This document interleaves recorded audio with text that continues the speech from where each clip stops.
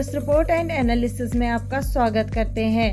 کیا آپ کو پتا ہے انٹیلیجنس سورسز کہتے ہیں کہ پاکستان کی انٹیلیجنس ایجنسی ISI اسٹوڈنٹس کا استعمال کر رہی ہے بنگلہ دیش میں ٹینشنز کریٹ کرنے کے لیے، کیونکہ ان کا مقصد شیخ حسینہ کو ہٹا کر ایک اینٹی انڈین گورنمنٹ بنانے کا۔ انہوں نے کہا ISI کے سلیپر سیلز ڈھاکہ میں پورے وقت شیخ حسینہ کو ہٹانے کے لیے کام کر رہے ہیں۔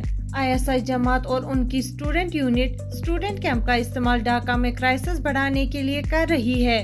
جماعت کو پاکستان کے ساتھ بہت نزدیک مانا جاتا ہے اور انہیں سمے پر سیکرٹ فنڈنگ ملتی رہی ہے۔ انہیں پاکستان مشن سے ریگولر بریفنگز اور انسٹرکشنز ملتی ہے۔ سورسز کے اکارڈنگ ISI عوامی لیگ گورنمنٹ کو انڈیا کے سپورٹ والا مان رہی ہے اور اسے ہٹا کر ریجن میں انسٹیبلٹی کریٹ کرنا چاہتی ہے۔ اسے ان کا کہنا ہے کہ پاکستان کو انڈیا میں الگ الگ ایکٹیویٹیز کے لیے ملٹیپل انٹری پوائنٹس ملیں گے۔ ISI ایلیجڈلی بنگلہ دیش نیشنلسٹ پارٹی یعنی BNP کو پاور میں لینا چاہتی ہے، جو پرو پاکستان مانا جاتا ہے۔ سورسز کہتے ہیں کہ ISI کشمیر میں استعمال کی گئی اسٹریٹجی کا استعمال کر رہا ہے، جہاں وہ انریسٹ، وائلنس اور ٹیررزم کو بھڑکا کر گلوبل اٹینشن کھینچتی ہے۔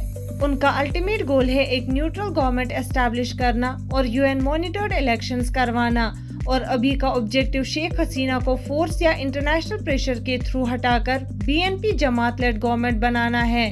PM شیخ حسینہ نے منڈے کو ریزائن کر دیا، اپنی 15 ایئرز کی ٹینیور کو ختم کرتے ہوئے، جب ہزاروں پروٹیسٹرز نے ملٹری کرفیو کو توڑ دیا اور ان کے آفیشل ریزیڈنس کو سٹارم کر دیا۔ جلد ہی لوکل میڈیا نے ایمبیٹلڈ لیڈر کو ایک ملٹری ہیلی کاپٹر میں اپنی بہن کے ساتھ بورڈ کرتے دکھایا۔ بنگلہ دیش کے ملٹری چیف جنرل وقار الزمان نے انٹرم گورنمنٹ بنانے کے لیے پریزیڈنٹ سے گائیڈنس لینے کے پلانز اناؤنس کیے۔ انہوں نے پرومس کیا کہ ملٹری سٹینڈ ڈاؤن کرے گی، ڈیڈلی کریک ڈاؤنز کی انویسٹیگیشن کرے گی جو گورنمنٹ کے اگینسٹ آؤٹ ریچ کو فیول کر رہی تھی، اور سٹیزن سے امن ریسٹور کرنے کے لیے وقت مانگے گا۔ انہوں نے کہا، ملٹری پر وشواس رکھو، ہم سب کی کلنگز کی انویسٹیگیشن کریں گے اور ذمہ داروں کو سزا دیں گے۔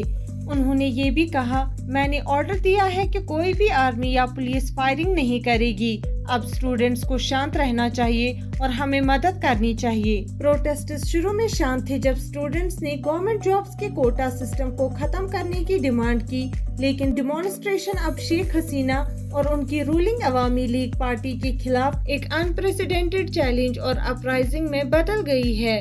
گورنمنٹ نے وائلنس کو کنٹرول کرنے کے لیے فورس کا استعمال کیا، جس سے لگ بھگ 300 لوگ مرے اور آؤٹ ریچ اور شیخ حسینہ کے ریزگنیشن کی کالز بڑھ گئی۔ کیپٹل میں سنڈے کو لگ بھگ 59 لوگ کلیشز میں مر گئے، جن میں سے کم 14 پولیس آفیسرز بھی شامل ہیں۔